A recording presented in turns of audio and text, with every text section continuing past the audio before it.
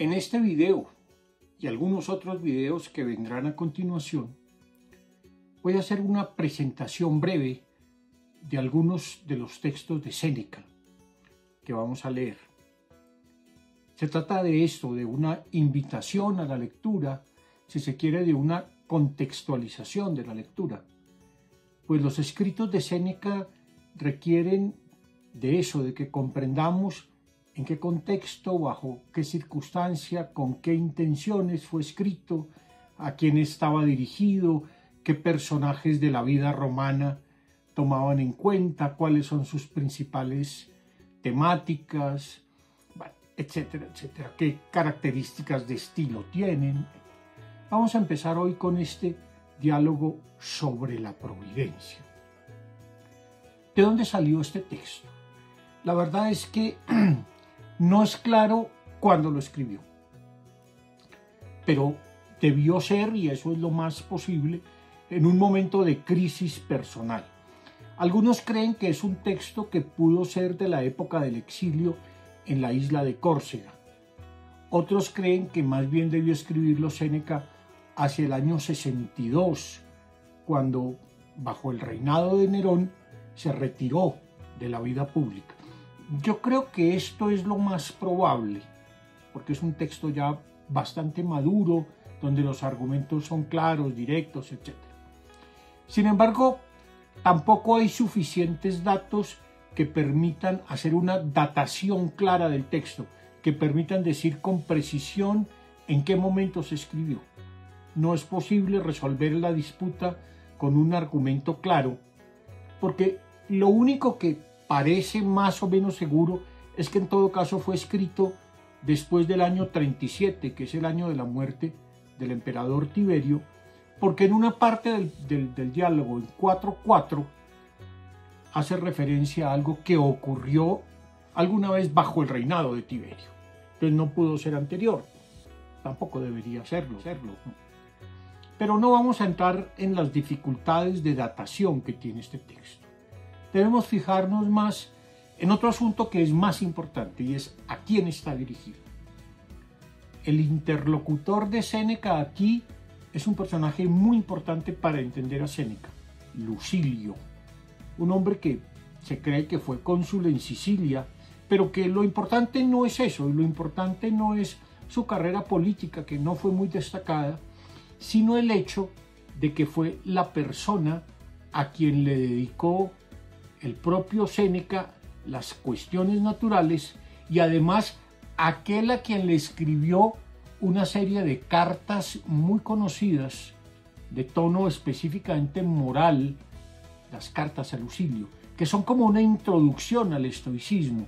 Este Lucilio es casi como el discípulo al que toma Séneca como ejemplo para darle un curso básico de filosofía estoica, porque esos son las cartas a Lucilio.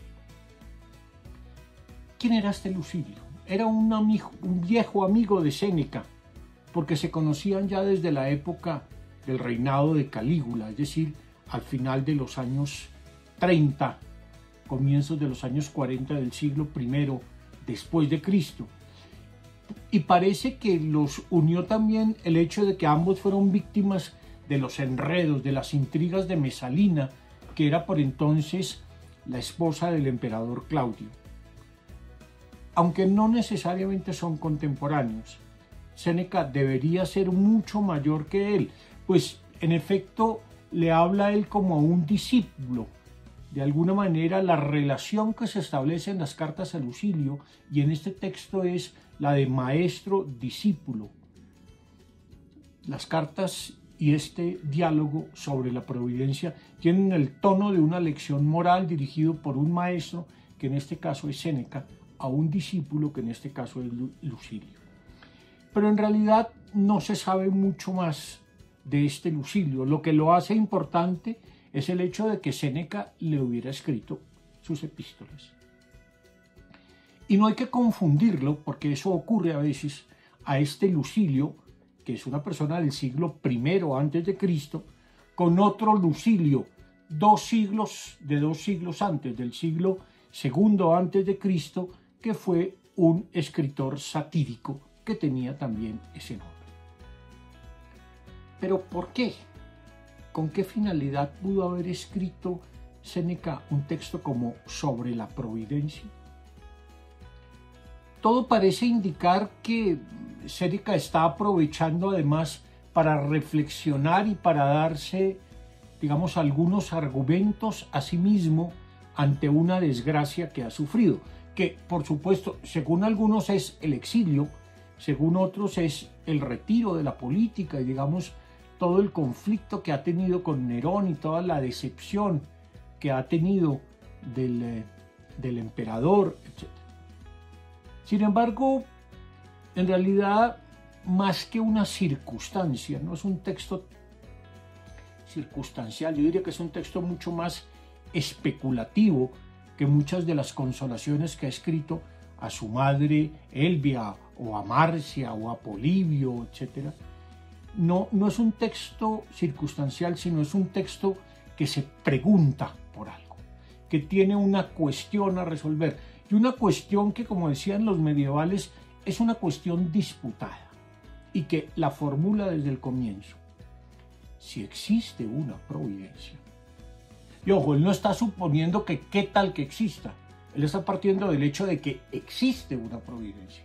Si existe una providencia, como de hecho existe, y ese hecho es el punto de partida de la pregunta: si existe una providencia, ¿por qué suceden desgracias a los hombres buenos? Todo lo que viene a lo largo de este diálogo es un intento por responder a esa pregunta. Si existe una providencia, ¿por qué suceden desgracias a los hombres buenos? Esa es una pregunta que nos hemos planteado una y otra vez en términos distintos a lo largo de la historia. ¿Por qué si hay Dios hay tanto dolor en el mundo? Tanta pobreza, tanta enfermedad, tanta injusticia. El texto que escribe Séneca para responder a esto es un diálogo. Pero diálogo no hay que entenderlo aquí en el sentido platónico o en el nuestro, como un intercambio de argumentos entre dos personas, sino más bien como un intento por dar respuesta a un problema escuchando distintas voces. Eso es lo que hay en los diálogos de Séneca. Son textos compuestos a varias voces. Está la voz de un interlocutor directo, que en este caso es Lucilio, y una pregunta que plantea Lucilio, como en otros diálogos la pregunta la plantea uno de los hermanos de Séneca, como Novato, por ejemplo, ¿cierto? Entonces, es un diálogo compuesto a varias voces. La del interlocutor que hace la pregunta, la de las personas a las que Séneca cita como ejemplos, a las que incluso a veces les da la palabra, porque hay veces en que Séneca dice, y mira, si estuviera aquí tal, te diría tal y tal y tal cosa, ¿cierto? Los discursos que compone Séneca en nombre de otros e incluso algunas veces referencias autobiográficas. Esos son los diálogos de Séneca. Séneca es el que va concertando todo eso, una cantidad de voces distintas que se van turnando para componer un diálogo. Se parece más a lo que nosotros llamamos hoy un ensayo. Incluso en cierto sentido tiene semejanzas con lo que los medievales llamaron una cuestión disputada. Es un texto que ha generado todo tipo de críticas y de afirmaciones. Para algunos es un texto de los peor compuestos de Séneca, tal vez de los menos bellos, dirían algunos. Para otros es una maravillosa pieza retórica, pero carece de profundidad filosófica. Yo no creo ni lo uno ni lo otro. Creo que es uno de esos textos de Séneca en donde la argumentación es más pulida, más clara, más ordenada, donde el tema se aborda de forma directa sin tantos rodeos, donde se van los argumentos centrales, donde se ponen los ejemplos precisos, etc. Y donde tiene como referencia algunos personajes muy importantes de la vida romana.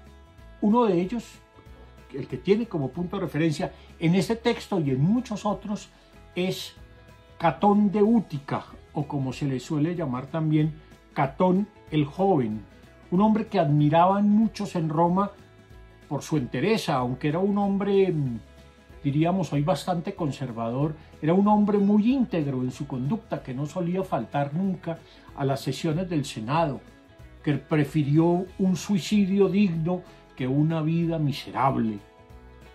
Pero también citaba a veces a Sócrates, a Demetrio el Cínico, un filósofo contemporáneo del propio Séneca, hace una lista de personajes valerosos. Y todo eso a propósito de todos los temas que van surgiendo de su reflexión, la relación entre los dioses y los hombres, la idea misma de providencia, la discusión en torno a qué tan vulnerable o invulnerable es el hombre bueno, el lugar que pueden tener las desgracias en la vida humana, si incluso las desgracias pueden ser parte de la felicidad, la virtud, el suicidio como forma digna de morir, que es un tema recurrente en muchos textos de Séneca, etc.